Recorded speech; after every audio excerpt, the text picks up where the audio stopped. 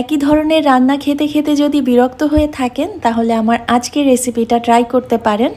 এটা দেখতে যেমন লোভনীয়, খেতেও অসম্ভব মজা। কোনো রকম পেঁয়াজ ছাড়া মাংস যে এত মজা হতে পারে এটা যদি একবার না রান্না করেন বুঝতেই পারবেন না।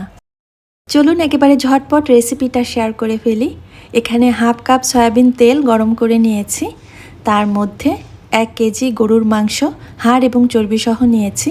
চাইলে রান্নাটা খাসির মাংস দিয়েও করা যেতে পারে।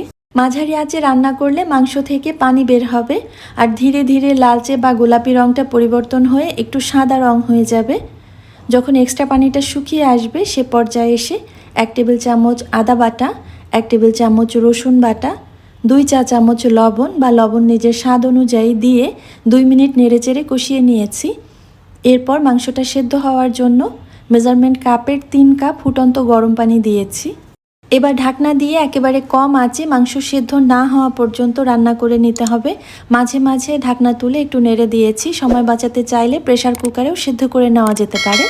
মাংসটা আমি এমনভাবে সেদ্ধ করেছি যেন চাপ দিলে ভেঙে যায়, তবে ধরলেই যে একেবারে খুলে খুলে চলে আসে অতটা নরম না। এরপর এখানে 4টা টমেটো মাঝখানে ফালি করে মাংসের উপর দিয়ে সেদ্ধ করে নিচ্ছি। এপাশে একটা কড়াইয়ে 5টা শুকনা মরিচ, 1 টেবিল চামচ আস্ত ধনিয়া, 1 টেবিল চামচ আস্ত জিরা, 1 চা চামচ কালো গোলমরিচ দিয়ে একেবারে কম আঁচে সময় নিয়ে নেড়েচেড়ে ভেজে নিচ্ছি।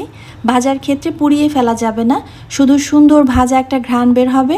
রং কিন্তু এমনই থাকবে, এই লেভেলে রেখে তারপর চুলা বন্ধ করে আমি এটা পাউডার করে নিয়েছি। টমেটো যখন ভালোভাবে সেদ্ধ হয়ে যাবে দেখবেন উপর থেকে পাতলা যে আবরণটা আছে ওইটা আলগা হয়ে যাবে, ওটা তুলে ফেলতে হবে। এরপর টমেটো মাংসের সঙ্গে একটু গলিয়ে দিচ্ছি।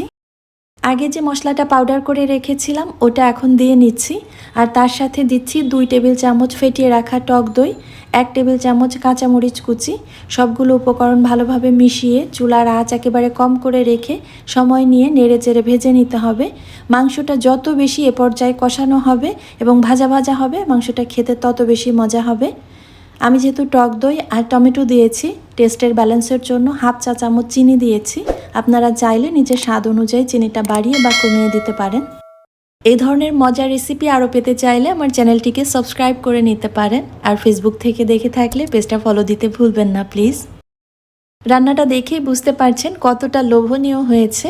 এটা ভাত, খিচুড়ি, পোলাও অথবা রুটি পরোটার সাথেও খেতে পারবেন।